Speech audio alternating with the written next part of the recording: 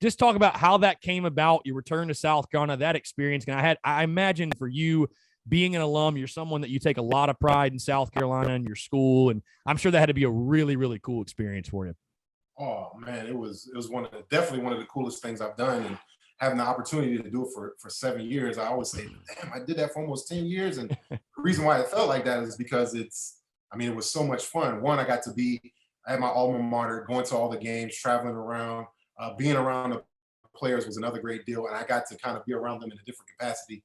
Unlike a coach or a professor, I got to be kind of like the big brother to those guys, and inject certain things on game day, or just have conversations during, post game, pre game, all those different things.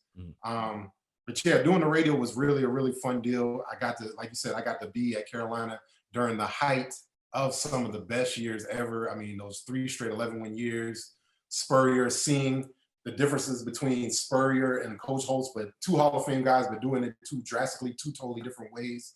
Lou Holtz was kind of Lou Holtz was a control freak and Spurrier's a control freak, but 2 different ways. And it's crazy that these 2 things can exist and still have success.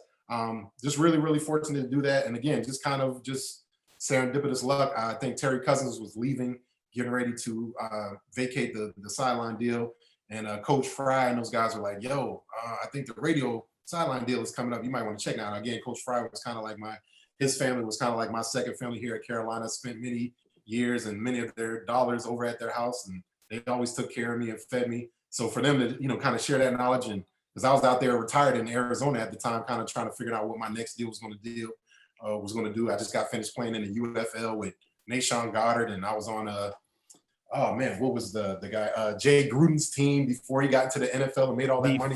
Was it the Florida Tuskers? The Florida Tuskers, never forget it. Number 1 in my heart. Yeah, the Florida Tuskers. And again, that was a great deal. You got to go live on the Disney campus and play football and, pretend that this league was starting, but maybe the checks wouldn't be there for a couple of weeks. But, that's the adventure of startups, but got to come back and do the radio. My dad was a radio broadcaster for years. He graduated from the J School at Carolina. And so I never thought about doing radio, but when I look back on, I was like, yeah, that's exactly what I was supposed to be doing some broadcasting stuff. I grew up in radio stations.